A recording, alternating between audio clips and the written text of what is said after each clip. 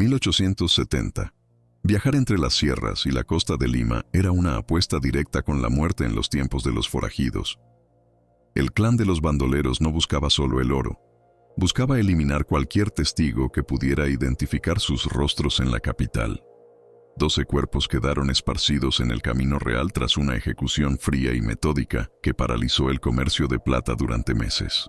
Estás por conocer la historia de los hombres que dominaron las rutas del Perú con el terror y que convirtieron los desfiladeros en trampas mortales para los incautos.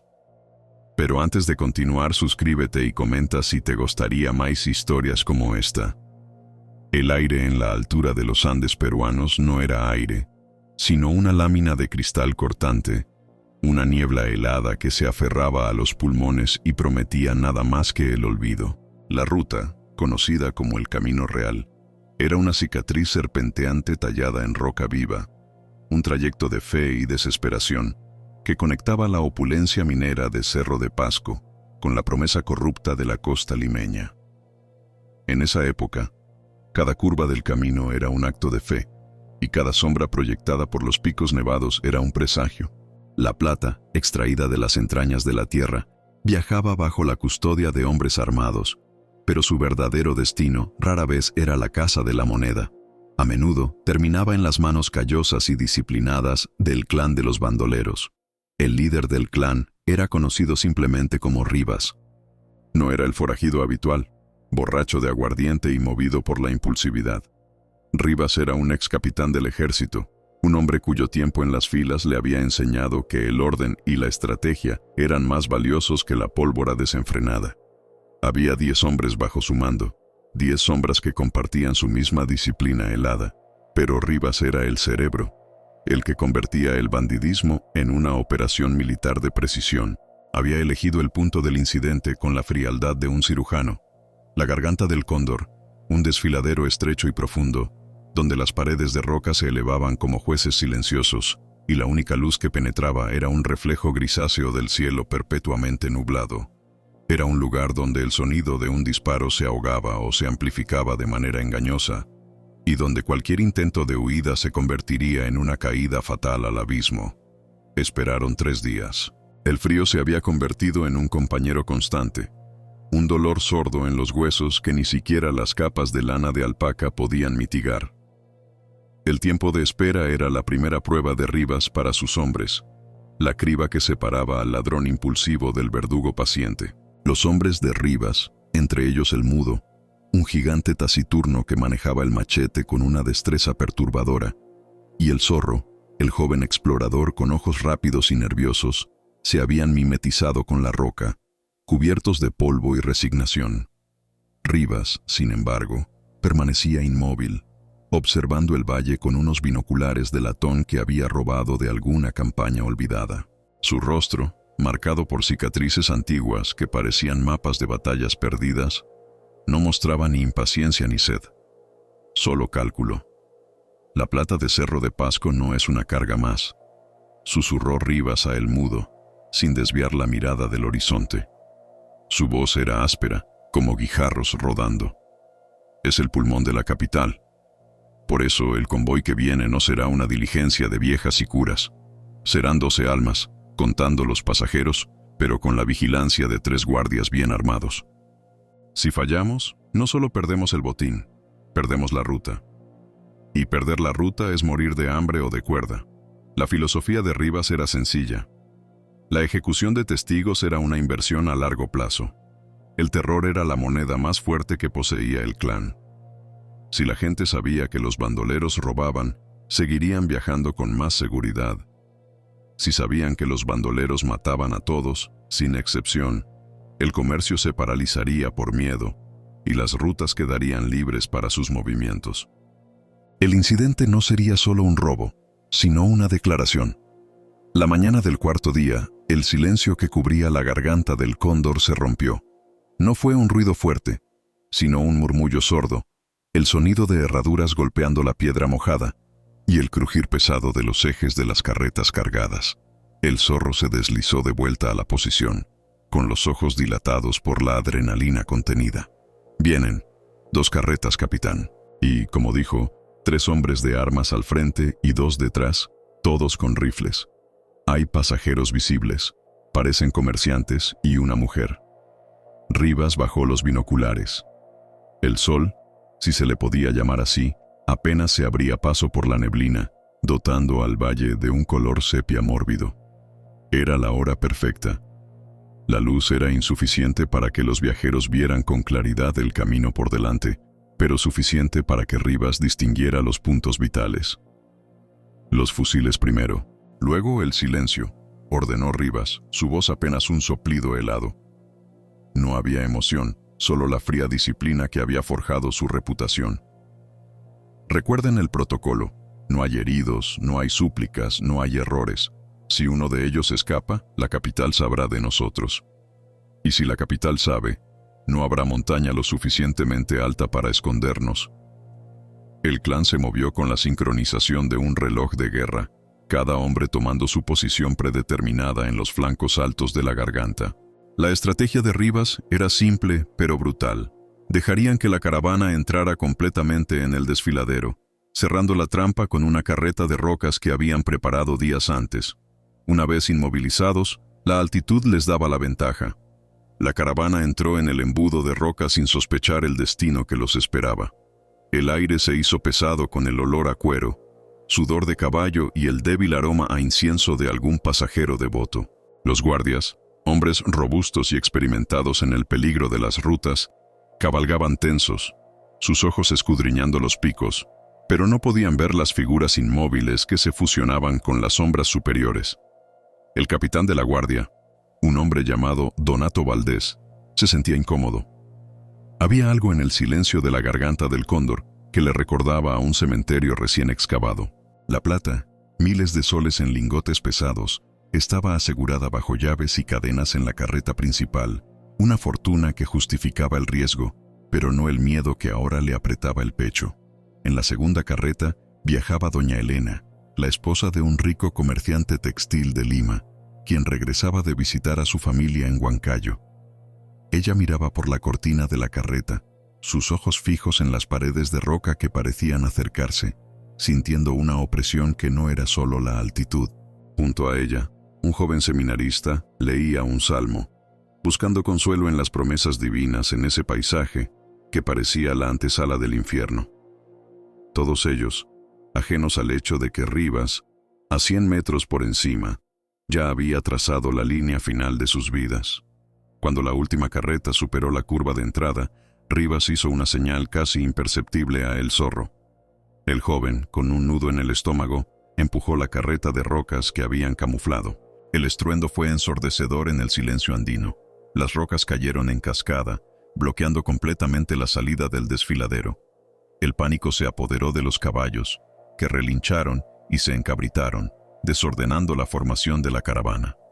Donato Valdés gritó una orden a sus hombres, pero ya era tarde. La emboscada no dio margen para la negociación, ni para la clemencia. Fue una detonación de plomo en la quietud. Rivas no usó rifles de repetición modernos, sino fusiles de cerrojo, más lentos, pero más precisos, y con un sonido más intimidante en el eco de la montaña. Los primeros disparos fueron dirigidos a los caballos líderes y a los guardias. El objetivo era inmovilizar la carga y neutralizar la amenaza armada de inmediato, sin dar tiempo a que los defensores se organizaran. El grito de Valdés se cortó a la mitad, y su cuerpo cayó pesadamente al suelo fangoso, la mano aún aferrada a su rifle inútil. Los otros guardias fueron tomados por sorpresa, disparando a ciegas hacia los ecos que rebotaban en las paredes, sin poder localizar a los atacantes en las alturas. El pánico de los pasajeros se mezcló con el sonido de la madera astillándose y el lamento de los animales heridos. En cuestión de minutos, el conflicto armado se había resuelto. Rivas había garantizado la superioridad posicional y la eficiencia militar. El clan descendió de las rocas, no corriendo, sino marchando, sus botas crujiendo en la grava. El aire, antes cargado de tensión silenciosa, ahora estaba saturado con el humo acre de la pólvora y el hedor metálico que la monetización prohibía describir. Rivas se acercó a la caravana inmovilizada. Los pasajeros que quedaban, incluyendo doña Elena y el seminarista, se habían escondido torpemente bajo los asientos, o intentaban suplicar desde el suelo. Sus ojos reflejaban el terror absoluto de saberse atrapados entre la codicia y el abismo. Había 5 pasajeros ilesos y 4 guardias que habían sido abatidos en el primer intercambio. El resto eran cocheros y ayudantes, ahora temblando. «Aseguren la carga», ordenó Rivas, ignorando el llanto ahogado de doña Elena. El mudo: «Revisa los cuerpos. Los demás, alinea a los testigos contra la pared». El clan se movió. La plata, resplandeciente incluso en la penumbra, fue extraída de la carreta principal con una eficiencia brutal. Los lingotes, fríos y pesados, eran la única cosa que importaba.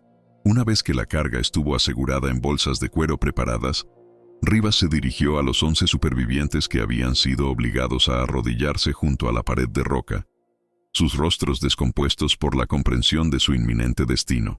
«Ustedes no son nada para mí», dijo Rivas, su voz baja y desprovista de toda emoción. «Son solo ojos que podrían verme en Lima, y yo no permito testigos». El seminarista, con la cara cubierta de hollín y lágrimas, intentó levantar las manos en un gesto de súplica, buscando la piedad que solo se encuentra en los libros. Doña Elena balbuceó el nombre de su esposo, intentando recordarles que su rescate podría valer más que la plata. Pero Rivas ya había tomado su decisión. Su regla de oro no era la codicia, sino la aniquilación para asegurar el futuro del clan. Lo que siguió no fue un acto de furia, sino un acierto de cuentas metódico. El frío de la montaña pareció intensificarse, tragando cualquier sonido innecesario. Los hombres de Rivas no disfrutaron del acto, lo ejecutaron. Fue una purga rápida y disciplinada. El pánico de los condenados se disolvió en el vacío que se apoderó de la garganta del cóndor. Cuando Rivas dio la orden de detenerse, el único sonido era el viento silbando sobre las rocas y el goteo constante del agua de deshielo. Había 12 cuerpos inanimados, 11 viajeros y un joven cochero que había intentado correr. La escena era de una quietud terrible, una imagen de la que la montaña nunca se recuperaría. La plata, ahora en manos de los bandoleros, valía su peso en oro, pero el verdadero valor del incidente estaba en el mensaje de terror que sería transportado, no por un mensajero, sino por el silencio absoluto de esa carretera. Rivas miró la escena final con la satisfacción impersonal de un artesano que ha completado un trabajo difícil. «Dejen los cuerpos donde están, que el miedo viaje más rápido que nosotros», ordenó. El clan, cargado con el botín, se dirigió hacia un sendero secundario oculto, dejando atrás no solo los cuerpos, sino también el fantasma de la caravana. El camino real, que antes había sido una ruta de comercio, se había convertido, por decreto de Rivas, en un cementerio abierto. La noche silenciosa que cayó sobre la garganta del cóndor no trajo estrellas, solo la promesa de que, durante meses, ningún hombre honesto se atrevería a desafiar el destino que esperaba en los desfiladeros dominados por el capitán Rivas y su clan de bandoleros. La plata robada era una ganancia. El terror instaurado era su imperio, y ese imperio acababa de comenzar.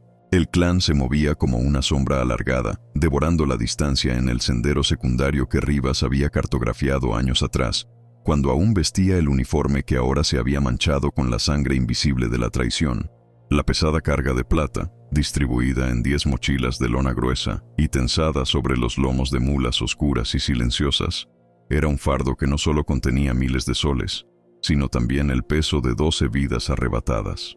El aire frío de la madrugada andina actuaba como un sensor, acallando los susurros y forzando a los hombres a concentrarse en la cadencia de sus pasos, un ritmo dictado por la disciplina militar que Rivas nunca permitió que se disolviera en la anarquía del bandidismo. Rivas, al frente, no volteaba. No necesitaba ver a sus hombres para saber que estaban ahí, que el miedo y la codicia los mantenían unidos más firmemente que cualquier juramento. Había sido meticuloso en la selección de su gente, ex soldados desertores, hombres que conocían la geografía de la obediencia y el valor de un objetivo claro. Sabía que la mayor amenaza para el clan no venía de los uniformes de la capital, sino de la euforia post-masacre. La excitación lleva al descuido, y el descuido a la soga. El camino era una cicatriz que serpenteaba hacia una antigua hacienda abandonada, conocida por los locales como el Fuerte del Silencio. un complejo de piedra en ruinas que ofrecía una visibilidad total de los valles circundantes.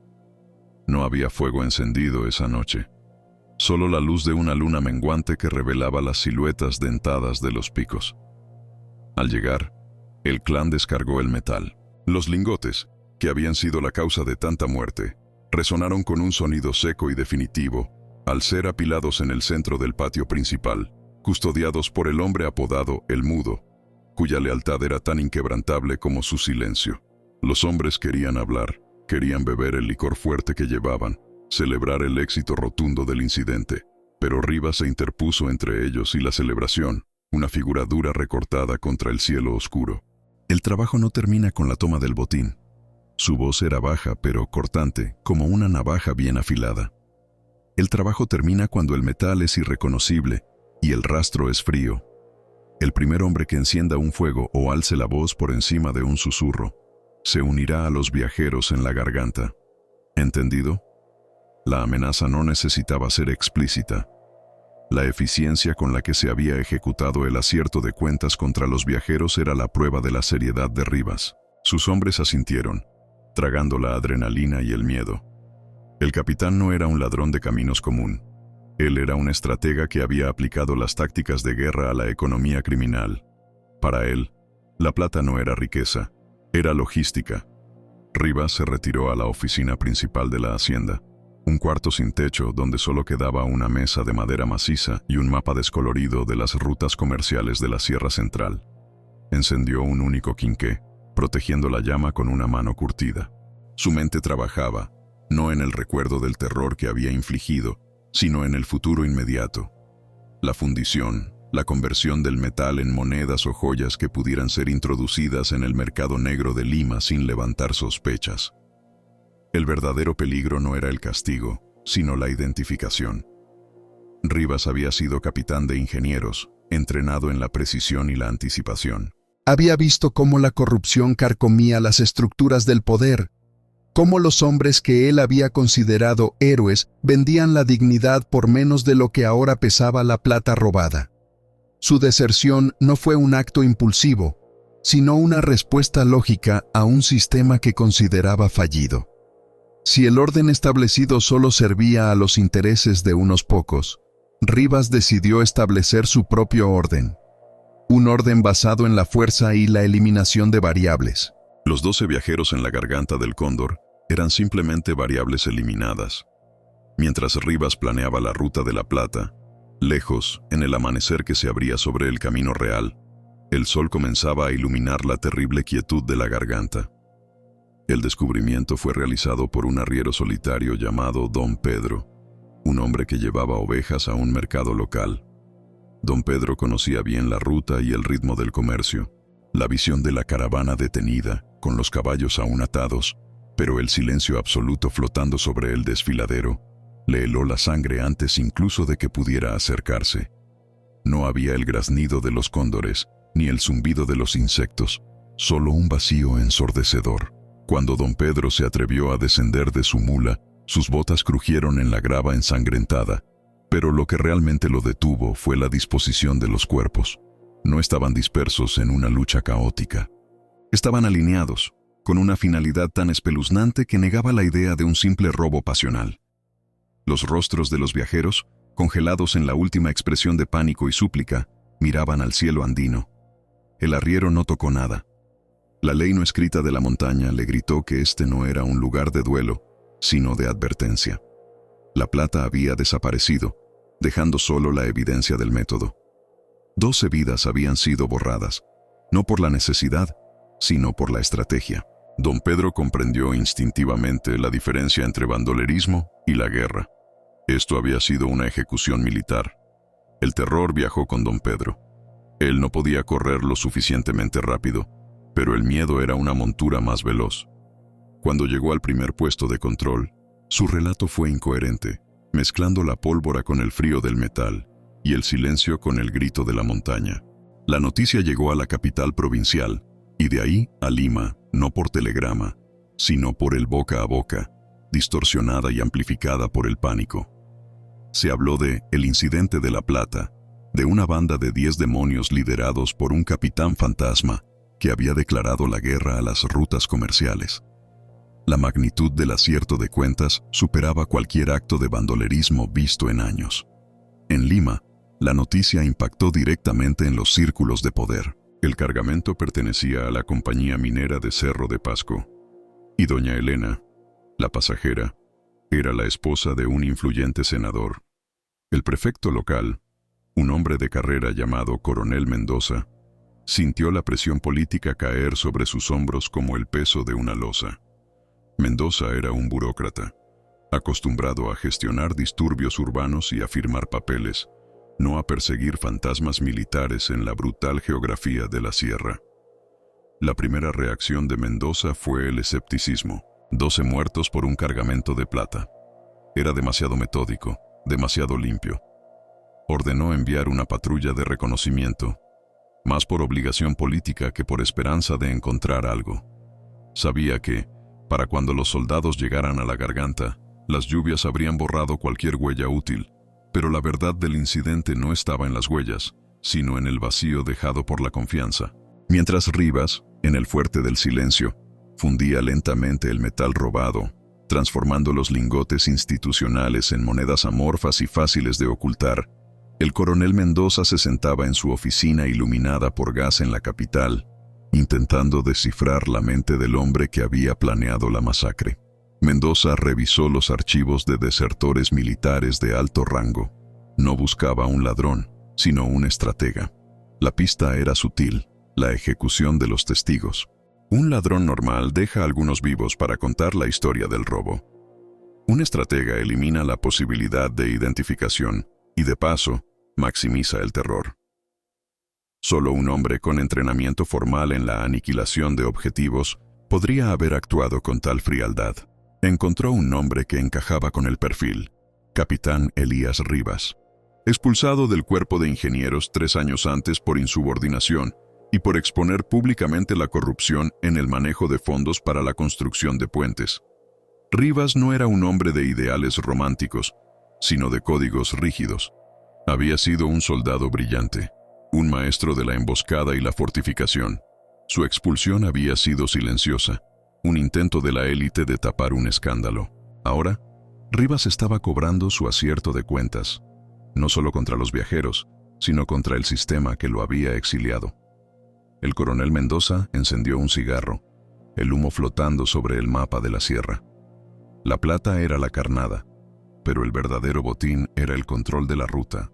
Si Rivas lograba evadir la captura, el bandolerismo dejaría de ser un problema policial para convertirse en una amenaza a la economía nacional. Los Andes, que ya eran un desafío geográfico, se convertirían en una zona de guerra no declarada. Mendoza sintió el frío de la montaña incluso en su oficina protegida. Sabía que la persecución no sería fácil. Rivas había elegido el terreno. Rivas había puesto las reglas.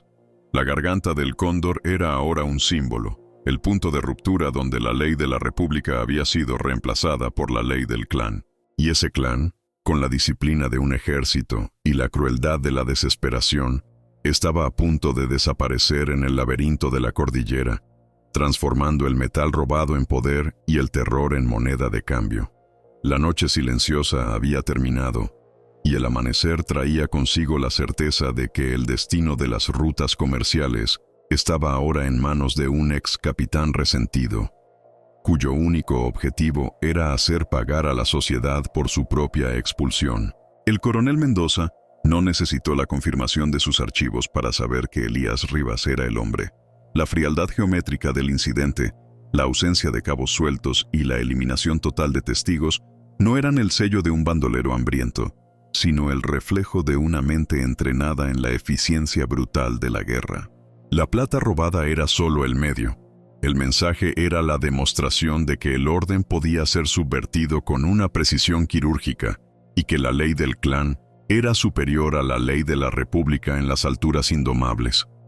La presión sobre la oficina de Mendoza se intensificó con cada hora que pasaba. La viuda de uno de los guardias apareció en la capital provincial, gritando por justicia que no podía pagar el pan de sus hijos. Pero fue la indignación de la élite lo que realmente movió los engranajes del Estado. El senador, esposo de doña Elena, no exigía la plata, sino el escarmiento. Quería el cadáver de Rivas colgado como advertencia. Quería restaurar el mito de que los poderosos eran intocables, incluso en la soledad de los caminos. Mendoza, sintiéndose un títere en un teatro político, sabía que cada decisión debía ser rápida y visible, aunque estratégicamente errónea. La sierra, con su geografía implacable de picos nevados y cañones profundos, era un campo de batalla que Rivas conocía palmo a palmo. Mendoza, mirando el mapa polvoriento, sintió la futilidad de enviar una fuerza expedicionaria grande. Un ejército regular sería lento, visible y fácilmente emboscado por un hombre que había diseñado puentes y fortificaciones. Rivas no buscaba esconderse, buscaba jugar en su propio tablero. Su estrategia no era la huida, sino la invisibilidad calculada. Mendoza convocó a sus hombres más rudos, aquellos que habían nacido con la escarcha en los bigotes y que entendían el lenguaje del silencio andino. No eran los soldados de la Guardia Presidencial, sino los veteranos de las campañas fronterizas, acostumbrados a dormir bajo el cielo abierto y a distinguir el sonido de una roca rodando del paso cauteloso de un hombre. Eligió al teniente Alejandro Castillo, un hombre curtido cuya única ambición era sobrevivir al próximo invierno. Castillo no tenía carrera política ni aspiraciones de ascenso, solo tenía un conocimiento íntimo de los senderos olvidados y la capacidad de oler el peligro antes de que la pólvora se encendiera. La orden fue clara, pero la misión era suicida. Encuéntrenlo, no lo enfrenten, solo confirmen su ubicación y su fuerza. La prioridad es la plata, pero el objetivo es Rivas. Mendoza sabía que pedía demasiado.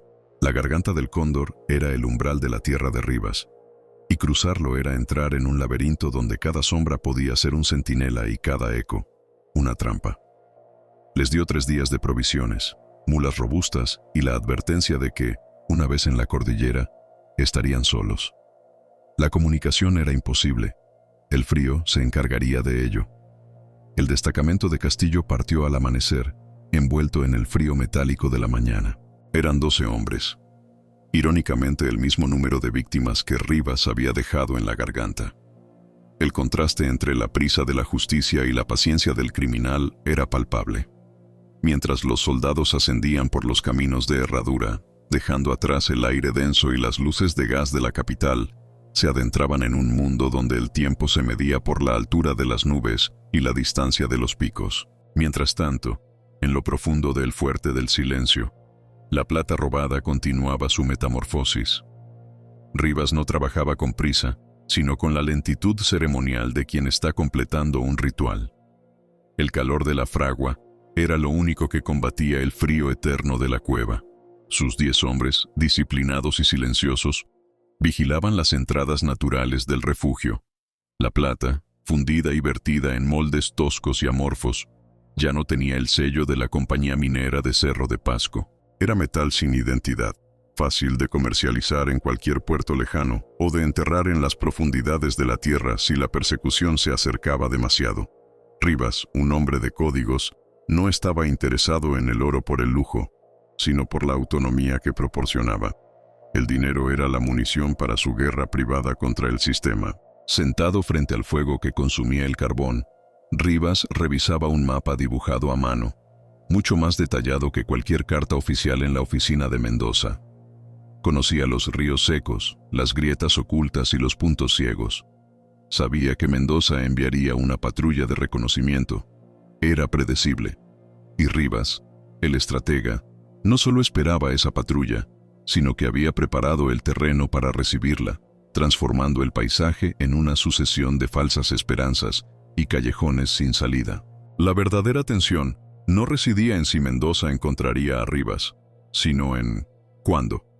Rivas decidiría permitir ser encontrado. La decisión de enviar a Castillo fue el punto de ruptura que Mendoza había intentado evitar. Ahora, el juego había comenzado formalmente. El destino de Castillo y sus hombres se jugaba entre la altitud y la estrategia. Ellos buscaban un campamento de bandoleros, pero Rivas les había preparado una fortificación invisible, una red de vigilancia basada en la topografía y el miedo de los pocos pobladores de la región. El capitán Rivas no necesitaba disparar para controlar el territorio. Bastaba con que su sombra se proyectara sobre las montañas. El teniente Castillo y su pequeña columna ascendieron durante 2 días, sintiendo cómo el aire se hacía más fino y la civilización se convertía en un recuerdo lejano y borroso. El camino de herradura se estrechaba hasta convertirse en un sendero traicionero, bordeado por precipicios que prometían el olvido inmediato. La disciplina militar comenzaba a ceder ante la majestad hostil de la cordillera. El silencio de la altura era diferente al silencio de la noche en la capital. Era un silencio que contenía la promesa de la violencia, un eco frío y constante que les recordaba que estaban en un lugar donde la vida humana tenía poco valor. Castillo, un hombre parco en palabras, notó los primeros signos de que estaban siendo observados, aunque no veía nada. Una piedra movida en un lugar improbable. El olor a humo de leña que desaparecía con el viento. Pequeños mensajes que solo un hombre de la sierra podía descifrar. Rivas no estaba jugando al escondite. Estaba marcando su territorio, permitiendo que el miedo se filtrara antes que cualquier balazo. Al tercer día, llegaron a la base de la garganta del Cóndor. La escena del incidente había sido limpiada por las lluvias, pero la atmósfera permanecía densa, pesada con el recuerdo de la tragedia. Castillo ordenó a sus hombres desmontar y buscar cualquier signo de un campamento reciente. Encontraron restos de pólvora oxidada y el rastro sutil de casquillos de bala que no eran del ejército regular. La ejecución había sido aquí, en este frío y remoto altar de piedra. Pero lo que realmente paralizó a Castillo fue un detalle que Rivas había dejado intencionalmente. Grabado con la punta de un cuchillo en una roca cerca del desfiladero, había un solo símbolo. Un triángulo invertido, el emblema no oficial que Rivas utilizaba en el cuerpo de ingenieros para marcar proyectos defectuosos o condenados. Era un mensaje de burla y advertencia. Rivas sabía que estaban allí, y no se había molestado en ocultar su firma. El teniente Castillo miró hacia los picos, donde las nubes se aferraban como sudarios. No habían encontrado a Rivas, sino que Rivas los había encontrado a ellos. El capitán fantasma no era solo un ladrón, era un arquitecto del terror. Castillo supo en ese instante que su misión de reconocimiento se había transformado en una caminata por un campo minado invisible, y que el acierto de cuentas de Rivas se extendía mucho más allá del cargamento de plata, abarcando a cualquiera que representara el orden que él había jurado destruir. La persecución estaba entrando en la fase de la trampa. La montaña esperaba. El teniente Castillo sintió el frío del metal en su palma al apretar el puño. El símbolo grabado no era solo una burla, era una declaración de superioridad estratégica. Rivas no jugaba a las escondidas, estaba dirigiendo una ópera macabra, y Castillo y sus hombres eran los actores involuntarios en el tercer acto. Ordenó a su columna reanudar la marcha inmediatamente, dirigiéndose no hacia arriba, como dictaría la lógica de la persecución, sino lateralmente, buscando una ruta de flanqueo que Rivas tal vez no hubiera considerado. Era un movimiento desesperado, una apuesta contra la geometría de la montaña.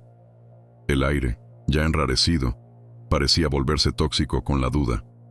La disciplina, ese muro invisible que separaba al soldado del hombre aterrado, comenzó a mostrar grietas. Los hombres de Castillo, acostumbrados a la seguridad de los cuarteles y la visibilidad del enemigo, se enfrentaban ahora a un adversario que era tanto la sombra como la roca.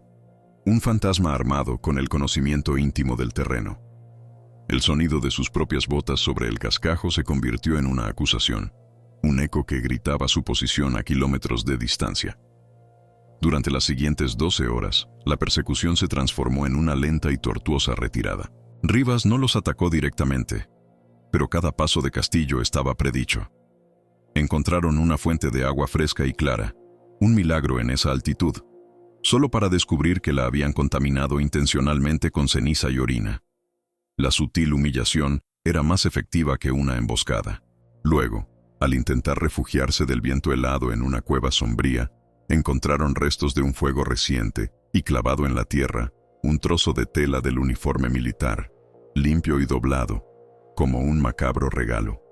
Rivas les estaba recordando: sé quién eres, sé dónde duermes, y ya he estado allí. El sargento Vargas, un hombre curtido que había visto lo peor de la guerra civil, Se acercó a Castillo con el rostro ceniciento, el miedo superando la lealtad. Murmuró sobre la mala suerte, sobre cómo la montaña no quería que encontraran a Rivas. Castillo lo silenció con una mirada, pero sabía que la superstición andina era una fuerza más poderosa que cualquier orden militar en ese clima. El capitán Rivas no solo había roto la ley, sino que había invocado a los espíritus de la altura para proteger su acierto de cuentas. La tensión psicológica alcanzó su clímax al caer la noche del cuarto día. Habían seguido una senda que Rivas había marcado claramente, una ruta que parecía la única viable, lo cual la hacía intrínsecamente peligrosa. La senda los condujo a un antiguo tambo abandonado, una estructura de piedra desgastada que ofrecía un refugio ilusorio contra el viento cortante. Castillo, aunque desconfiado, sabía que sus hombres necesitaban descanso y calor. Si Rivas quería tender una trampa, este era el lugar ideal. Pero la alternativa, pasar la noche a la intemperie, significaba la congelación y la derrota por agotamiento. Dentro del tambo, el aire era espeso y olía a humedad y a algo más, algo metálico y oxidado. Mientras encendían una pequeña fogata, el teniente Castillo revisó el perímetro. La estructura estaba ubicada en el fondo de un pequeño cañón, flanqueada por dos crestas rocosas, ofreciendo a cualquier atacante la ventaja de la altura y la invisibilidad. Estaban embotellados. Castillo se sentó y a la luz titilante de la llama desdobló el mapa que Rivas había usado, el que había recuperado de los archivos de Mendoza. Estudió las líneas garabateadas, los círculos en rojo que marcaban las zonas de peligro. Se dio cuenta de que el tambo no estaba marcado en ningún mapa oficial, pero en la carta de Rivas había una pequeña X y el nombre, el refugio del diablo. Rivas no solo había planeado la emboscada en el camino, sino también la retribución que seguiría, utilizando este refugio como el punto de convergencia para el enfrentamiento. El teniente comprendió la estrategia en toda su fría claridad. Rivas no iba a permitirles volver. Los había conducido hasta un punto de no retorno. Los bandoleros, que conocían cada grieta y saliente, estaban probablemente esperando en las alturas, invisibles, observando el humo de su pequeña hoguera como si fuera un faro en la oscuridad. El incidente en la garganta del cóndor había sido solo el preludio. Esta noche sería la verdadera ejecución. Castillo ordenó a sus hombres que se acostaran, pero nadie durmió. El silencio de la noche andina no era pacífico. Estaba cargado, esperando la detonación. Cada sombra, cada gemido del viento entre las piedras, se convertía en la silueta de un bandolero. La paranoia se arrastraba como una niebla fría. Cerca de la medianoche, el primer indicio de la presencia de Rivas no fue un disparo, sino un sonido cuidadosamente orquestado. Un silbido bajo, seco, que parecía venir de las profundidades de la roca. Una melodía simple y repetitiva, como la que un pastor usa para llamar a su ganado. Era un sonido familiar, pero en ese contexto era una burla escalofriante. Era la canción de cuna de la muerte. Castillo se levantó, empuñando su rifle. Sabía que si Rivas quería el enfrentamiento, no esperaría a la mañana. La hora más oscura, cuando la vigilancia es más débil y el frío penetra hasta los huesos, era el momento elegido para el acierto de cuentas. De pronto, el sargento Vargas dio un grito ahogado. No de dolor, sino de puro terror. Señaló hacia la abertura del tambo. Allí, colgando de una soga rudimentaria, balanceándose suavemente con el viento, había un fardo envuelto en cuero. Castillo se acercó con cautela. Al desenvolverlo, la luz del fuego reveló su contenido. No era una trampa explosiva, sino algo peor. Eran las insignias militares de los 12 hombres masacrados en el camino, limpias y pulidas, colocadas sobre una pila de pequeños huesos de animales. Rivas no solo había robado la plata, había robado la identidad de sus víctimas y se las estaba devolviendo como una advertencia ceremonial. El mensaje era ineludible. Ustedes son los siguientes. En ese instante, la fragilidad de su posición se hizo insoportable. No estaban lidiando con bandidos comunes, sino con un hombre que operaba con la precisión y el sadismo de un cirujano. El capitán Rivas estaba disfrutando de su cacería, transformando la montaña en un teatro de sombras. Castillo supo que la única manera de sobrevivir no era luchar, sino escapar de la trampa antes de que Rivas cerrara el cerco. Pero al mirar a sus hombres, agotados y psicológicamente destrozados por el macabro espectáculo de las insignias, se dio cuenta de que ya era demasiado tarde. El destino los había alcanzado en el refugio del diablo. El silbido se detuvo abruptamente. Un silencio total, más denso y peligroso que cualquier ruido, envolvió el tambo. Luego, desde la oscuridad de las crestas, se escuchó el deslizamiento casi imperceptible de una piedra. Rivas no estaba jugando más. La fase de la trampa psicológica había terminado. Había llegado el punto de ruptura. Castillo levantó su rifle, sintiendo el frío metálico de la desesperación, mientras la noche se preparaba para presenciar el enfrentamiento que Rivas había diseñado meticulosamente. Estaban solos contra la montaña y contra el fantasma que la gobernaba. El deslizamiento de la piedra fue la señal, el telón cayendo sobre el teatro de la burla y dando paso al drama sangriento. No fue un estruendo, sino un roce suave, el sonido de la montaña despertando para devorar a sus invitados.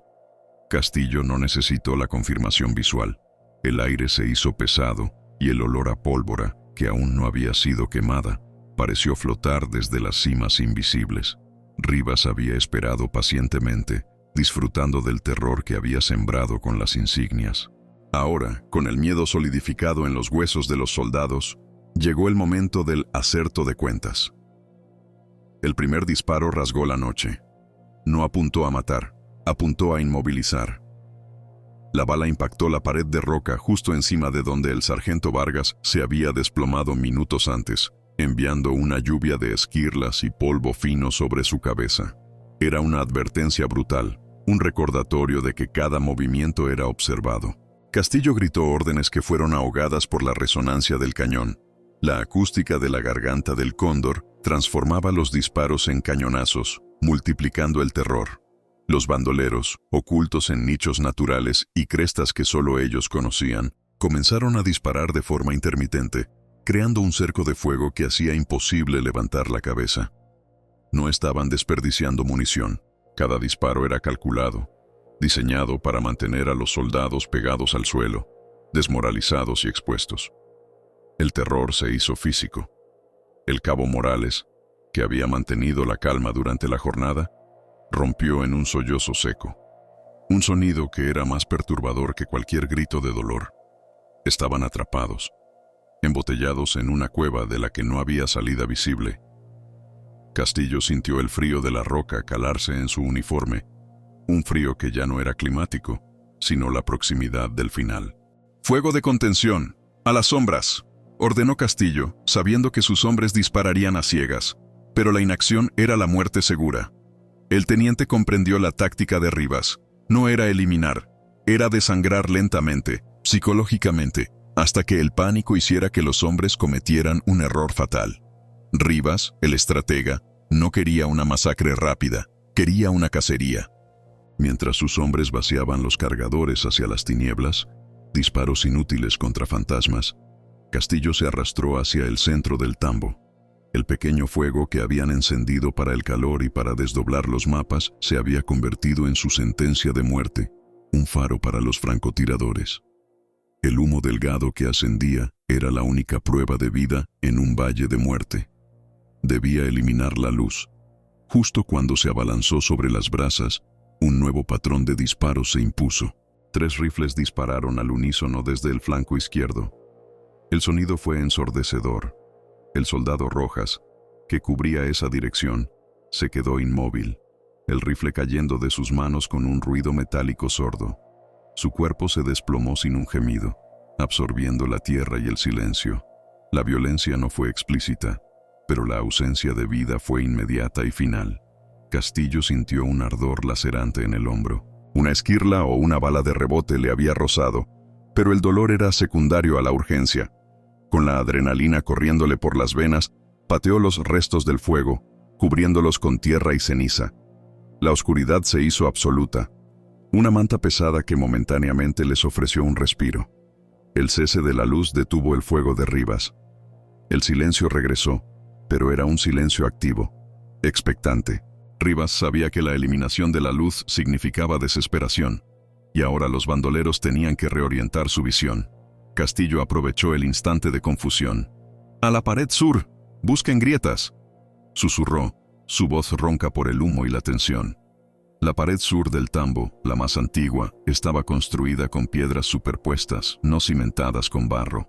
Había una fisura, apenas visible a la luz de la luna filtrada por la entrada, que conducía a un pasaje estrecho, quizás usado por pastores para almacenar provisiones. Era un riesgo enorme, pero quedarse significaba la aniquilación. El sargento Mendoza, el más joven del grupo, se arrastró hacia la fisura, seguido por el cabo Morales, aún temblando. Castillo y el único soldado restante cubrieron la retirada, disparando al azar hacia las crestas, forzando a Rivas a mantener la distancia. Mientras se deslizaba por la estrecha abertura, Castillo sintió la claustrofobia mezclada con un alivio fugaz. Habían escapado de la boca del lobo, pero no del bosque. El pasaje era corto, húmedo y olía a moho. Terminaba en una pequeña cornisa oculta, a unos 10 metros por debajo de la entrada principal del tambo, un punto ciego para cualquiera que no conociera la arquitectura de la montaña.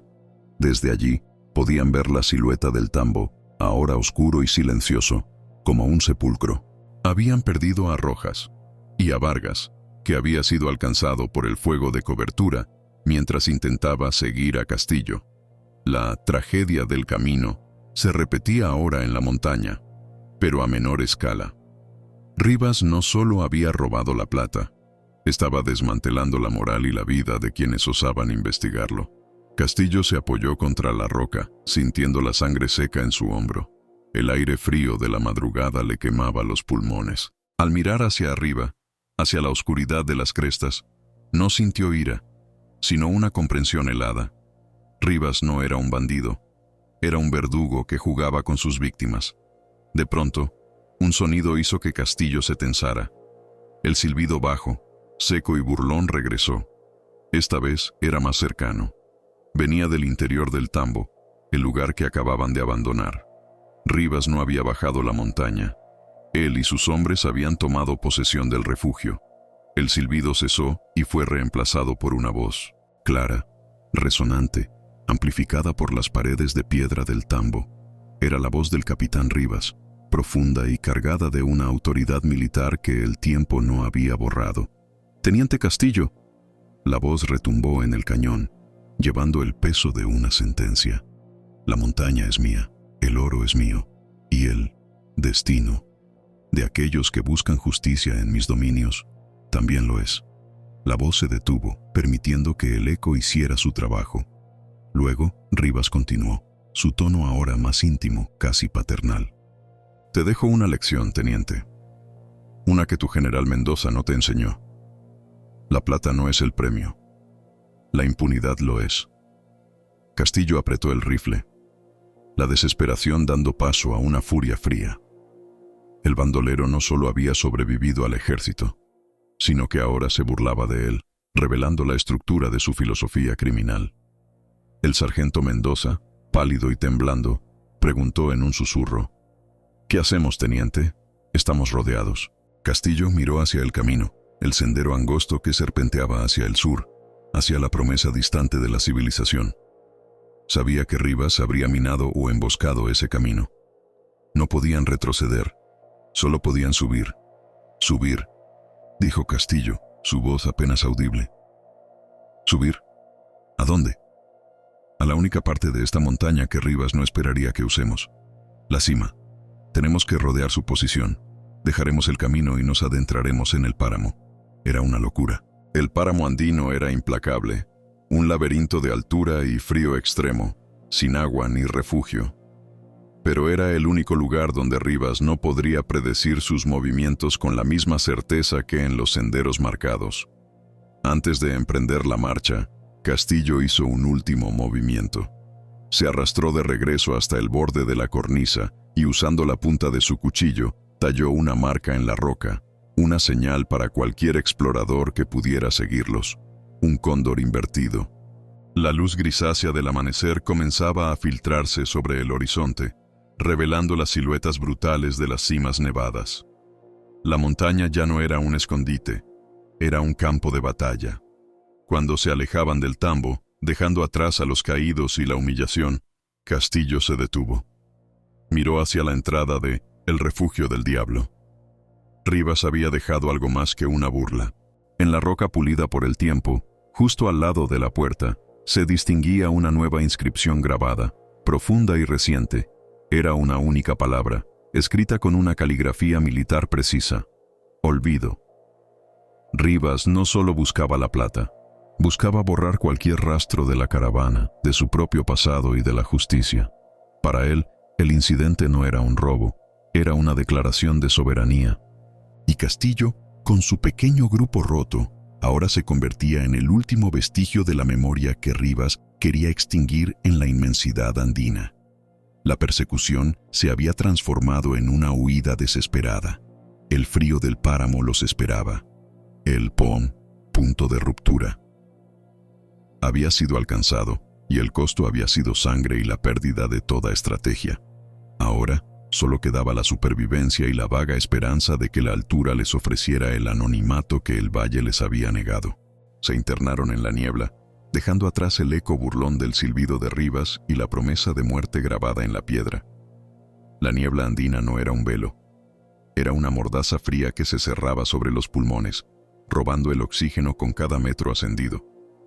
Dejaron atrás la promesa de muerte grabada en la piedra, la palabra olvido, y se entregaron al páramo, un laberinto de altura donde el tiempo se distorsionaba y la lógica se disolvía. Cada paso sobre el ichu, la hierba seca y punzante, era un acto de voluntad pura contra la montaña que parecía empujarlos de vuelta al valle, hacia el abrazo fatal del capitán Rivas. El aire, ya enrarecido, se convirtió en una sustancia corrosiva. El soroche, el mal de altura, atacó primero a los más débiles. Sus cabezas palpitaban al ritmo de un tambor sordo, y la náusea se aferraba a sus estómagos como un parásito helado.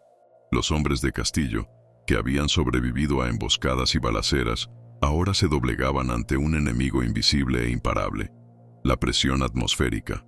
La desesperación se manifestaba en alucinaciones fugaces, sombras que se movían entre las rocas, y el convencimiento de que Rivas no solo conocía esa ruta, sino que la había diseñado como el último castigo para los intrusos.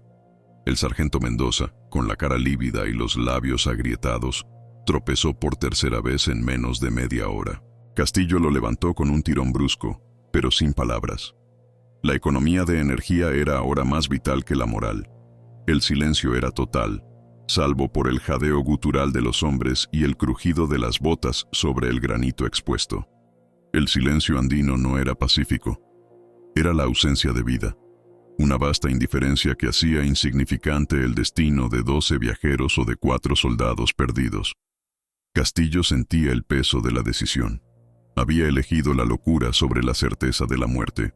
La cima ofrecía anonimato, sí, pero también garantizaba la extenuación. Miró hacia arriba. El sol se había alzado por completo, pero la neblina lo devoraba, transformándolo en un disco blanco y enfermo que no ofrecía calor, solo una luz espectral. Las cumbres nevadas parecían dientes gigantescos que esperaban la carne. «Teniente», Mendoza logró articular, su voz rota. «No siento mis manos». Castillo ni siquiera se molestó en mirar. Sabía que el frío era real, pero la fatiga mental lo magnificaba. Rivas no necesitaba cazarlos si el páramo hacía el trabajo por él.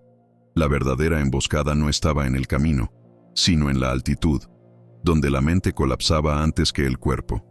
Llegaron a una meseta pequeña, barrida por un viento que cortaba como vidrio pulverizado.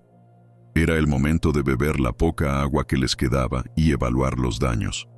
2 de los hombres ya no podían seguir. Se sentaron en el suelo, la espalda contra una formación rocosa que ofrecía una protección ilusoria, y la mirada perdida, aceptando el final. Castillo se acercó a ellos. No había consuelo que dar, solo órdenes. «Vamos a dejar lo que no necesitemos. Comida, munición extra. Nos moveremos rápido. Si se quedan aquí, Rivas los encontrará. Si suben, la montaña los matará primero. Elijan su destino».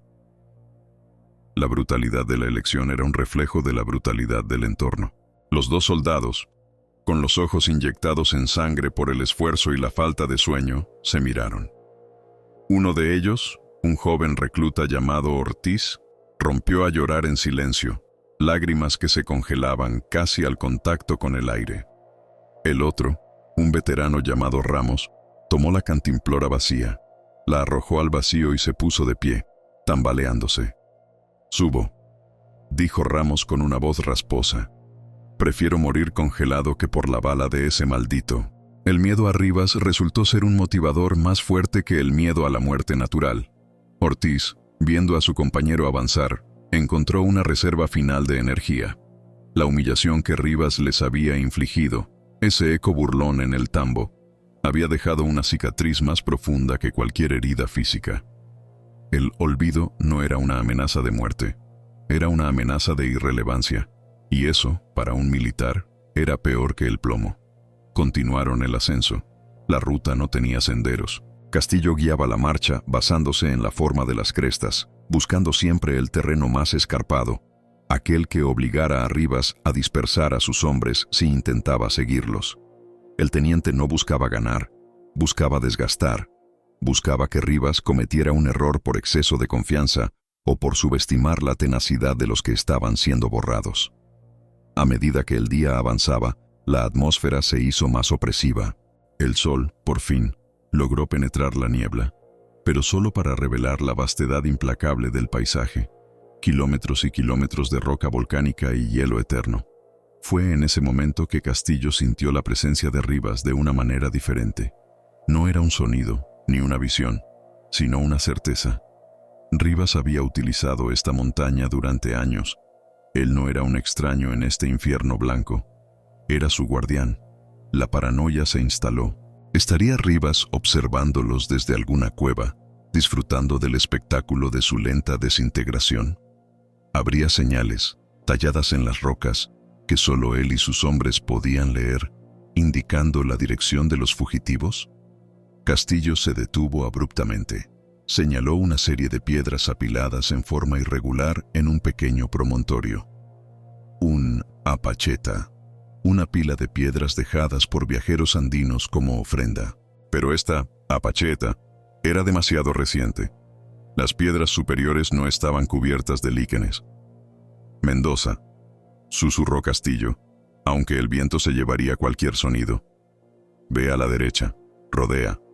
Observa si hay huellas o si las piedras han sido movidas». Mendoza obedeció, reptando. El miedo le había devuelto una lucidez animal.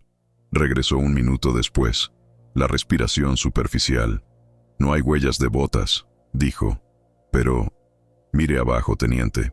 Castillo se acercó al promontorio y miró hacia el valle que acababan de dejar. La perspectiva era vertiginosa. El tambo, ahora diminuto, estaba cubierto por sombras alargadas. Pero lo que Mendoza señalaba no estaba allí. Estaba en la base de la apacheta. Junto a la pila de piedras, alguien había dejado una pequeña ofrenda, típica de los viajeros supersticiosos. Un puñado de hojas de coca frescas, envueltas en un pañuelo de lana de vicuña. La coca, el símbolo de resistencia y energía andina. Fresca, demasiado fresca.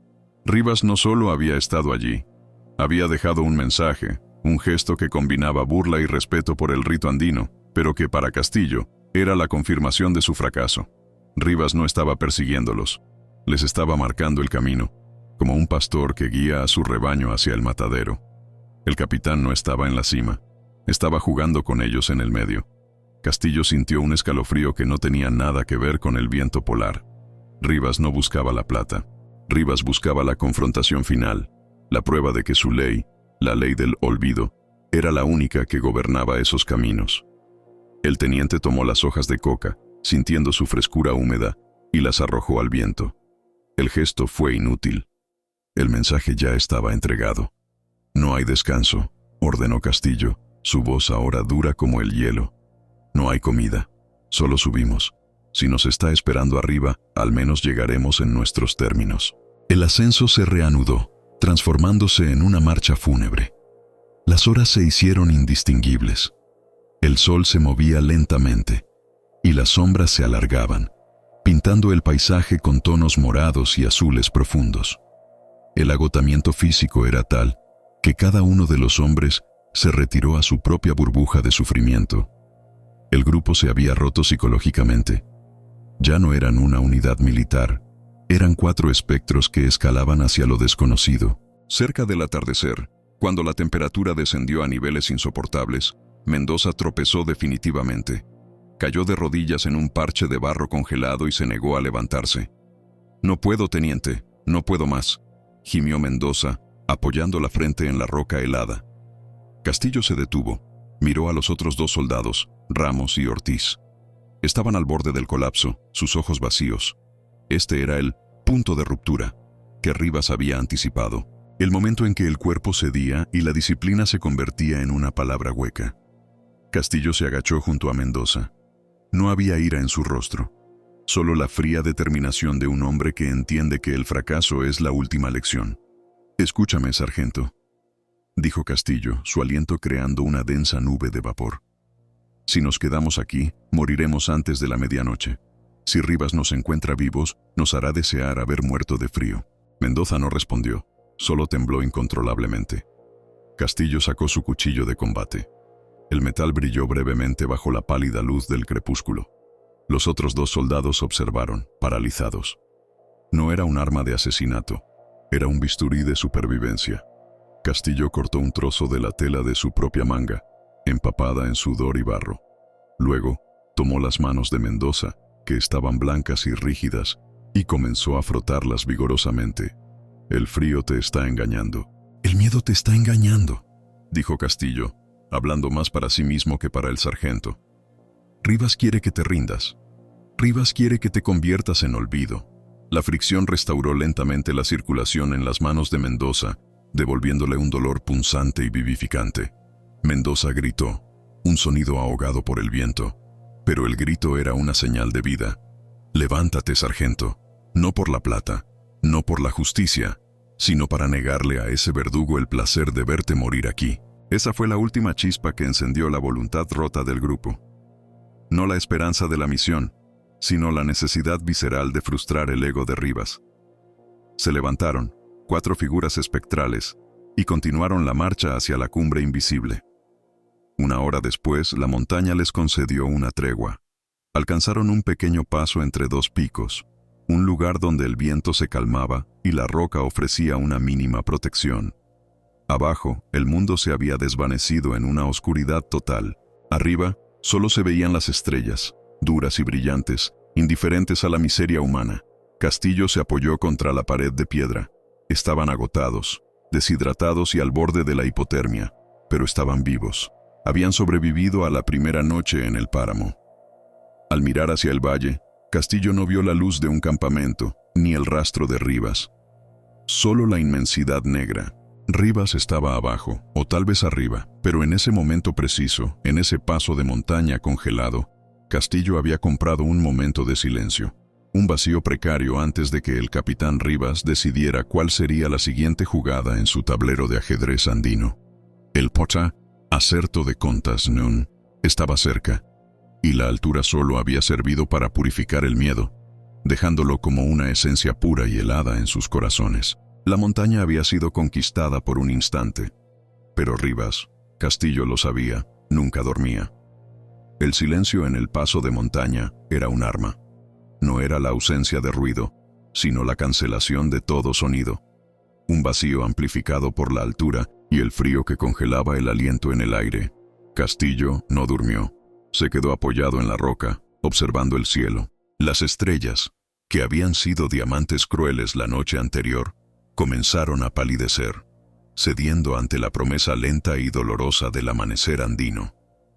Cuando la primera luz, gris y metálica, se derramó sobre los picos orientales, reveló la desolación, la roca expuesta, el hielo incrustado y el musgo seco.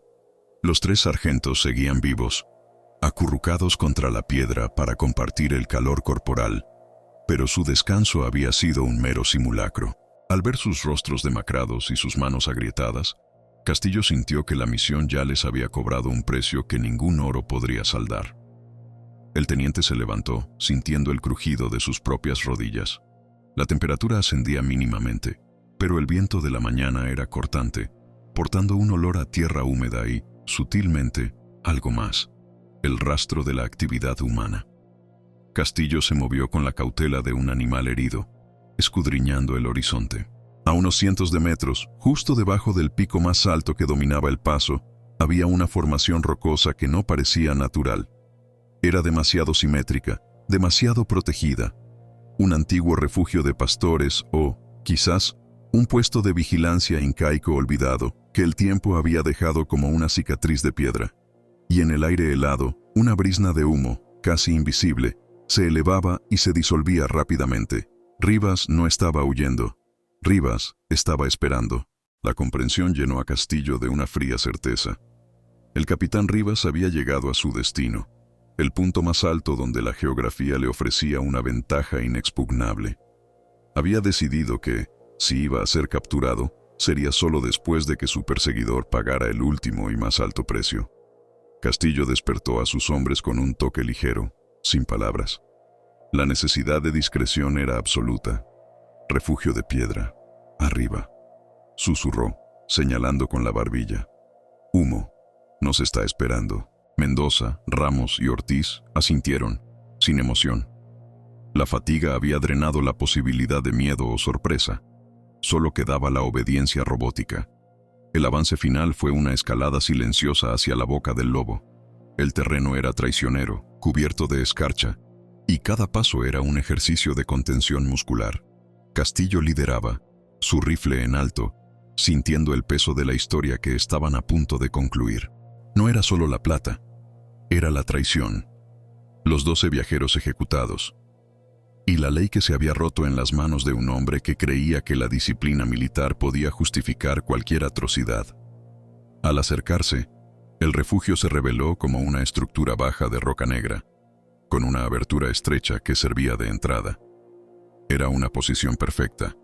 El atacante tenía que exponerse al entrar, mientras que el defensor disfrutaba de sombra y protección. Castillo se detuvo a 10 metros. El silencio era total, salvo por el siseo del viento. «Rivas», dijo Castillo, su voz sorprendentemente clara en el aire ralo. «Sabemos que estás ahí». No hubo respuesta inmediata, solo el eco de su propio nombre rebotando en la inmensidad. «Teniente Castillo», respondió finalmente una voz profunda y calmada, resonando desde el interior de la piedra. «Qué persistencia. Pensé que el frío te habría reclamado ya. ¿Has traído la plata de vuelta o solo las cenizas de tu moral?» Castillo sabía que Rivas estaba jugando con él, intentando erosionar la poca voluntad que les quedaba. «La plata no es tuya, capitán. Nunca lo fue. El incidente terminó en el camino. Esto es el acerto de cuentas». Se escuchó una risa seca y ronca desde el refugio. «El acerto de cuentas», repitió Rivas. «¿Y quién lo dictará?» «Tú, Castillo, un hombre que arrastra a 3 espectros moribundos por la montaña. Mira a tus hombres. Están rotos. Yo estoy aquí, cálido, con el tesoro que me gané. El Perú no recompensa la lealtad, teniente. Recompensa el coraje para tomar lo que quieres». Rivas había tocado la herida más profunda, el sacrificio inútil. Castillo sintió el frío no solo en la piel, sino en la médula de sus huesos. 12 personas murieron por tu coraje, capitán, dijo Castillo, manteniendo la voz firme. Y tu cobardía te hizo huir a la montaña. Fui estratégico, gritó Rivas, la calma rota por un instante de furia. Fui un estratega. No soy un bandolero de caminos. Soy un hombre que entiende el precio real del poder. Castillo no le dio tiempo para continuar la diatriba.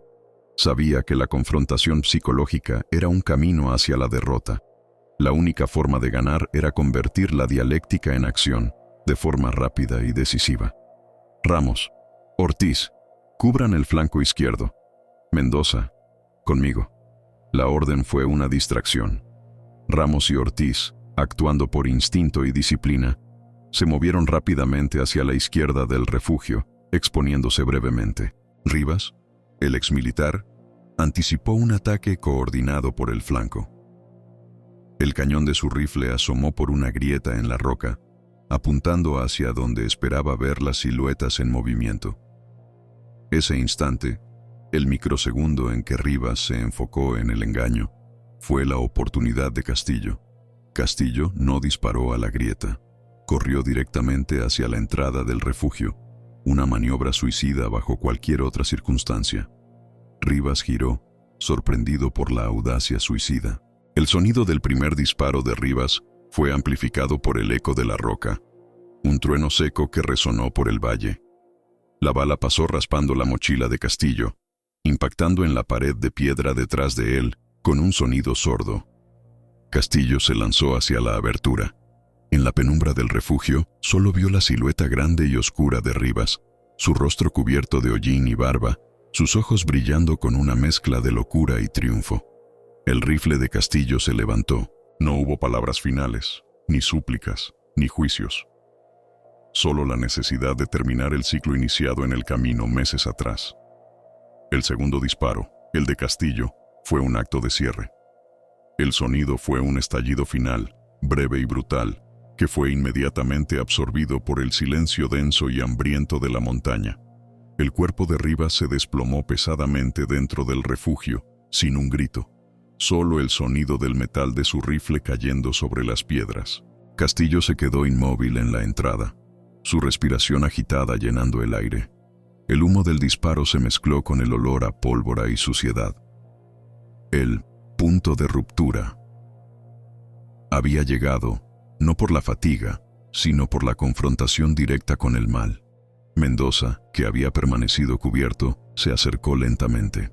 Ramos y Ortiz llegaron por el flanco, sus rostros pálidos, sus armas listas.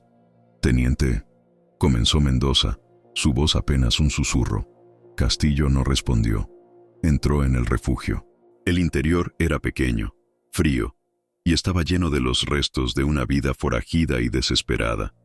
Mantas sucias, latas vacías y un mapa rudimentario de las rutas de la sierra. En el centro, junto a la figura inmóvil de Rivas, estaba el tesoro. Eran unas cuantas barras de plata, pesadas y envueltas en tela de saco empapada.